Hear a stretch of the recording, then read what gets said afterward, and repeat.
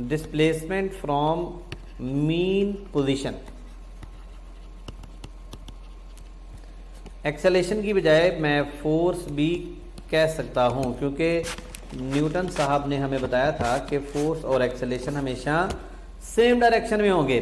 So acceleration is directly proportional to displacement from mean position and negative sign shows that A is opposite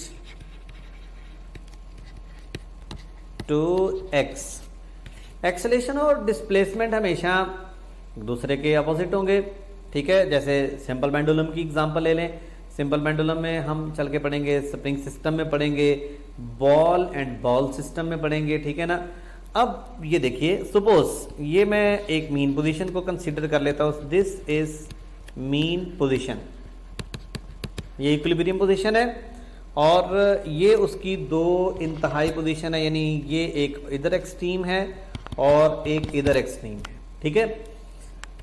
body को हम इस तरफ को move करवा रहे हैं, ठीक है, और यहाँ इधर ले गए हम, एक्सटर्नल फोर्स लगाई, एक्सटर्नल फोर्स लेके इधर चले गए। अब एक्सटर्नल फोर्स हमने एक बार लगा के छोड़ दिया उसको। अब बॉडी या स्प्रिंग सिस्टम है जैसे, अब यहाँ पर मौजूद है तो उसके ऊपर एक फोर्स इस तरफ को लग रही है, that is restoring force. Body बेशक यहाँ पर मौजूद है या कहीं भी मौजूद है, उसके ऊपर रिस्टोरिंग फोर्स किधर को लगेगी, टुवर्ड मीन पोजीशन। और जिधर को रिस्टोरिंग फोर्स लगेगी इंशाल्लाह उस डायरेक्शन में एक्सेलरेशन लगेगा। इसका मतलब अब सवाल ये पैदा होता है कि डिस्प्लेसमेंट की डायरेक्शन किधर है। याद रखिए, बॉडी जहां पर मर्जी मौजूद है, मैं ये बड़ा इंपॉर्टेंट पॉइंट समझा रहा हूं, बॉडी मीन से एक्सट्रीम की तरफ जाए या एक्सट्रीम से मीन की तरफ जाए, displacement always measured from mean position.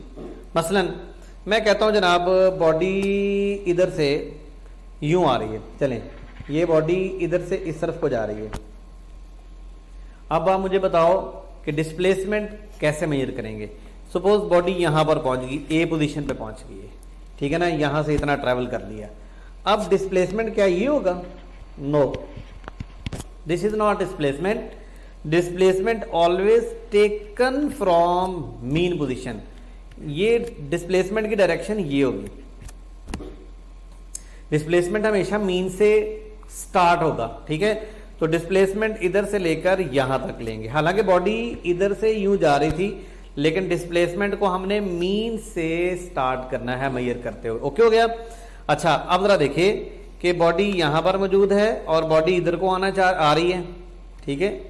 Displacement आप इधर से इधर को मेजर करेंगे, बॉडी इस तरफ को आ रही है, एक्सेलेरेशन भी इस डायरेक्शन में है। बॉडी इनर्शिया की वजह से यहां स्टॉप नहीं होती और ये आगे जा रही है, ये बॉडी की डायरेक्शन है, ये इस तरफ को, ठीक है। अब बॉडी इधर को जा रही है, एक्स भी इधर को ही है, लेकिन जो एक्सेलरेशन है वो किधर को होगा, टुवर्ड मीन पोजीशन। क्योंकि बॉडी अगर मीन से अवे जा रही है तो एक्सेलरेशन ने उसको अवे जाने, एक्सेलरेशन किधर को होगा, अगेंस्ट। क्यों? क्योंकि जब बॉडी मीन से आगे जा रही है तो बॉडी की स्पीड मुसलसल कम हो रही है। जब स्पीड मुसलसल कम हो रही हो तो एक्सेलरेशन वेलोसिटी के ऑपोजिट होता है। फिर एक बार सुन लीजिए, अगर आप ये अंडरस्टैंड कर चुके हैं तो वेल एंड गुड। अगर आपको ये नहीं समझ आई तो फिर देखिए, ये मीन पोजीशन, ये एक्सट्रीम पोजीशन, ये एक्सट्रीम पोजीशन, बॉडी ये ए है, सपोज ये सी है, चलें ये ओ है और ये ए है और ये बी है, ठीक है। अगर बॉडी इस पोजीशन पे मौजूद है और इस तरफ को जा रही है बॉडी, ठीक है, तो डिस्प्लेसमेंट उधर को ही होगा, क्योंकि डिस्प्लेसमेंट मीन से ही मेजर किया जाएगा। और एक्सेलरेशन की डायरेक्शन ये होगी, क्योंकि बॉडी की स्पीड मुसलसल कम हो रही है। एक्सट्रीम पोजीशन पे जाके बॉडी की स्पीड जीरो हो जाएगी। अब इसको हम आगे चल के डिस्कस करते हैं। फिलहाल हमने ये समझा, ये सीख लिया कि acceleration is always directly proportional to displacement from mean position. Angular frequency omega always constant, यानी एंगुलर वेलोसिटी या एंगुलर फ्रीक्वेंसी, जब पीरियोडिक मोशन कह दिया तो एंगुलर फ्रीक्वेंसी जो है वो कांस्टेंट होगी।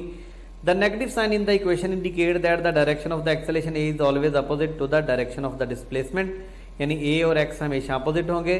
The equilibrium position is position at which the body would come to rest if it were to lose all of its energy.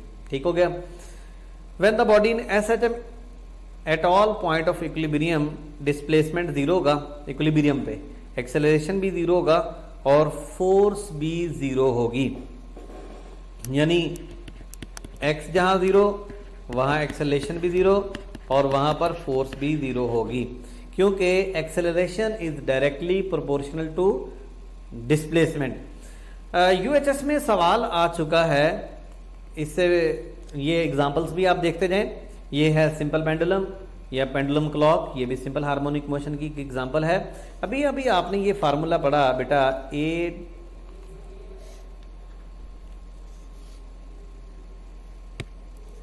Directly proportional है minus x के। ये सिंपल हार्मोनिक मोशन की basic equation है। UHS में ये सवाल पूछा गया था कि वो कौन सी क्वांटिटीज हैं जिनकी रेशियो कांस्टेंट रहती है। समझ तो गए होंगे, जो दो क्वांटिटीज के दरमियान डायरेक्ट रिलेशन होगा उनकी रेशियो हमेशा कांस्टेंट रहेगी। तो यूएचएस का ये क्वेश्चन आ चुका है, ये भी बात ठीक है, f over x is equal to constant. So ऐसी दो क्वांटिटीज जिनके दरमियान डायरेक्ट रिलेशन होगा उनकी रेशियो कांस्टेंट रहेगी। ये भी सिंपल हार्मोनिक मोशन की या ऑसिलेटरी की एग्जांपल्स हैं। ये स्विंग का एक्सपीरियंस आपको रहा होगा। और ये क्या है, ये है जनाब ट्यूनिंग फॉर्क, ठीक है। और इसी तरह से अब हम आगे बात करते हैं सिंपल हार्मोनिक मोशन। मैंने आपसे कहा था ना कि सिंपल हार्मोनिक मोशन में साइन थीटा कॉस थीटा आएगा। तो बेटे सिंपल हार्मोनिक मोशन को हम सिंपली ये कह सकते हैं कि simple harmonic motion is sinusoidal, SHM is sinusoidal.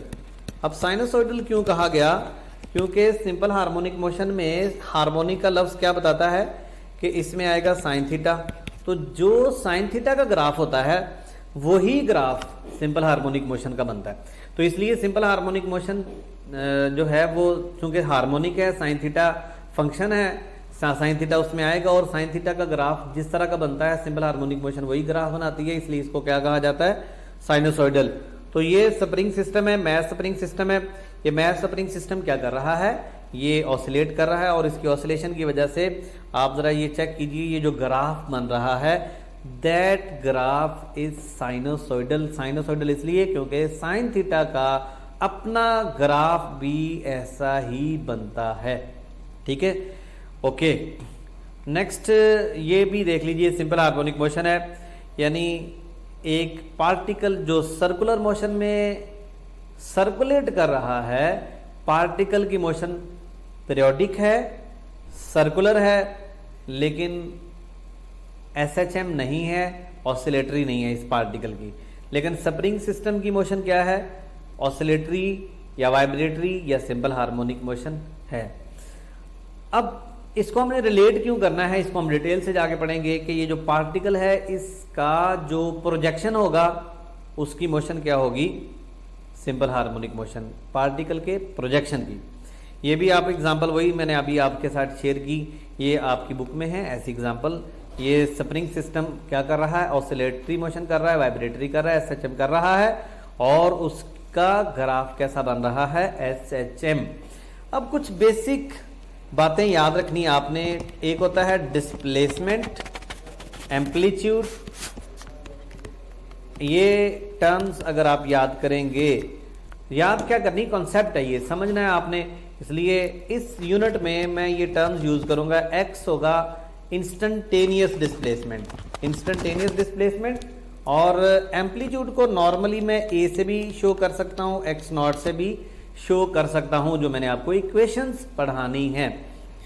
अच्छा, अब what is difference between instantaneous displacement and amplitude. For example ये सिंपल पेंडुलम है और सिंपल पेंडुलम क्या कर रहा है, ऑसिलेटरी मोशन, वाइब्रेटरी मोशन या सिंपल हार्मोनिक मोशन। अब ये मीन पोजीशन से एक्सट्रीम तक का जो मैक्सिमम डिस्टेंस होगा या मैक्सिमम डिस्प्लेसमेंट होगा उसको हम कहेंगे एम्पलीट्यूड, और एम्पलीट्यूड को हम ए से या एक्स नॉट से शो कर सकते हैं। लेकिन आप मीन से एक्सट्रीम तक पहुंचने से पहले ही आप चाहते हैं कि यार मैं ये मेजर करूंगी ये कितना है, तो ये किसी भी इंस्टेंट पे आपने शॉर्टेस्ट डिस्टेंस मेजर किया, सो एक्स यानी इंस्टेंटेनियस डिस्प्लेसमेंट जो होगा वो क्या होगा, इंस्टेंटेनियस डिस्प्लेसमेंट होगा डिस्टेंस या डिस्प्लेसमेंट, ठीक है, displacement from mean towards extreme at any instant या एट एनी एंगल। तो किसी भी इंस्टेंट पे किसी भी एंगल पे आपने ये जो मेजर किया ये था इंस्टेंटेनियस, और अगर वो मैक्सिमम को पहुंच जाए तो वही होगा एम्पलीट्यूड। अब वाइब्रेशन क्या है, एक टर्म है वाइब्रेशन। वाइब्रेशन कब होगा, वन कंप्लीट राउंड ट्रिप, आप घर से कॉलेज गए और कॉलेज से वापस घर आए तो ये कंप्लीट राउंड ट्रिप बनता है, दैट इज कॉल्ड वाइब्रेशन, ठीक है। अब कंप्लीट वाइब्रेशन में डिस्टेंस कितना होगा, डिस्टेंस होगा 4a या 4x नॉट, ठीक है, डिस्टेंस बोल रहा हूं, ठीक है। यहां एक्सट्रीम से मीन, मीन से अदर एक्सट्रीम, एक्सट्रीम से फिर मीन, फिर एक्सट्रीम तक 4a। लेकिन अगर पूछा जाए डिस्प्लेसमेंट तो वो होगा 0, क्योंकि जहां से बॉडी स्टार्ट हुई वहीं पे वापस आ जाए तो डिस्प्लेसमेंट 0 होता है। ये था वाइब्रेशन। और कुछ बच्चों वाली डेफिनेशंस आपके साथ शेयर कर ली जाए। Time period, so what is time period, time required to complete one vibration, ठीक है। और ये टी होगा कैपिटल टी, टाइम रिक्वायर्ड इसका यूनिट होगा सेकेंड। और फ्रीक्वेंसी, सो फ्रीक्वेंसी क्या है, फ्रीक्वेंसी किसको हम एफ से जाहिर करेंगे, और फ्रीक्वेंसी जो है that is reciprocal of time period, ठीक है। टाइम पीरियड आप कैलकुलेट करना चाहें ना, टाइम पीरियड, ठीक है, टाइम पीरियड, तो टाइम पीरियड को आप इस तरह से कैलकुलेट करेंगे, time given time over number of vibrations, ठीक है। लेकिन फ्रीक्वेंसी अगर आपने मेजर करनी है तो इसका यूनिट, इसका फार्मूला उसके अपोजिट होगा। इसको हम लिख सकते हैं नंबर ऑफ वाइब्रेशंस हम ऊपर लेंगे और divided by time. For example मैं आपसे कहता हूं कि जनाब टाइम फॉर 20 वाइब्रेशंस इज 50, चलें 60 कर लेते हैं। टाइम फॉर 20 वाइब्रेशन इज 60, तो फ्रीक्वेंसी बताओ। अब आप समझ तो गए हैं कि नंबर ऑफ वाइब्रेशन इसमें ऊपर लेने हैं। सो नंबर ऑफ वाइब्रेशन है 20 और 60 नीचे 1/3। और अगर आप टाइम पीरियड फाइंड करना चाहते हैं तो टाइम ऊपर लेंगे और नंबर ऑफ वाइब्रेशंस नीचे लेंगे, तो क्या होगा जनाब 60/20, 3 सेकेंड, ठीक हो गया। और ये भी एक सवाल है एफएससी लेवल का, फ्रीक्वेंसी और टाइम पीरियड का प्रोडक्ट क्या होता है, 1, ठीक है। फ्रीक्वेंसी और टाइम पीरियड का प्रोडक्ट क्या होता है, 1। ये ऑसिलेटरी मोशन याद रखिए, दैट इज नॉट वेव, ये वेव नहीं है, इसलिए ये मोशन की एक टाइप है, इसलिए इसको अंडरस्टैंड कीजिए। और एक और टर्म होती है जनाब एंगुलर फ्रीक्वेंसी। एंगुलर फ्रीक्वेंसी को हम ओमेगा से जाहिर करते हैं, ये होती है 2π/T या 2πf, ठीक है। और इसको भी हम बहुत ज़्यादा यूज़ करेंगे एंगुलर फ्रीक्वेंसी, क्योंकि ये ऑसिलेटरी मोशन है, पीरियोडिक मोशन, इसमें हमने एंगुलर फ्रीक्वेंसी को लिखना है, क्योंकि एंगुलर फ्रीक्वेंसी आएगी जैसे सिंपल पेंडुलम है वहाँ पर भी एंगल बनेगा, जैसे हम सर्कुलर मोशन में, यूनिफॉर्म सर्कुलर मोशन में भी जाके पढ़ेंगे। अभी ये टर्म्स मैंने आपको सिखाई। अब हमने सिंपल हार्मोनिक मोशन की एग्जांपल्स को डिस्कस करना है अपने अगले लेक्चर में स्प्रिंग सिस्टम, ठीक है, और उसकी जो इक्वेशंस हैं ये हम अगले लेक्चर में डिस्कस करते हैं। अल्लाह हाफिज़।